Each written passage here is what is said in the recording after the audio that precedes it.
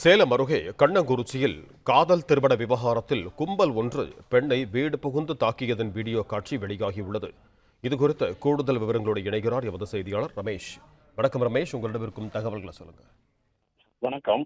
சேலம் கண்ணங்குறிச்சி அருகே வீடு புகுந்து ஒரு கும்பல் பெண்ணை தாக்கி இருக்கிறது. இதன் தற்போது வாட்ஸ்அப்பில் பணியாற்றியிருக்கிறது.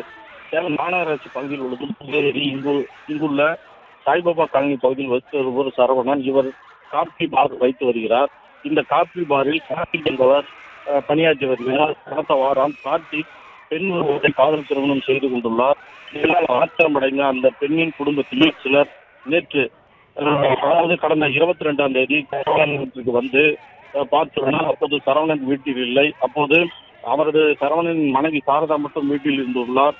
பின்னர் அந்த கும்பல் சாரதாவை சாலைக்கு இழுத்து வந்து அவரை சரமாக அடித்து உதவித்துள்ளனர்.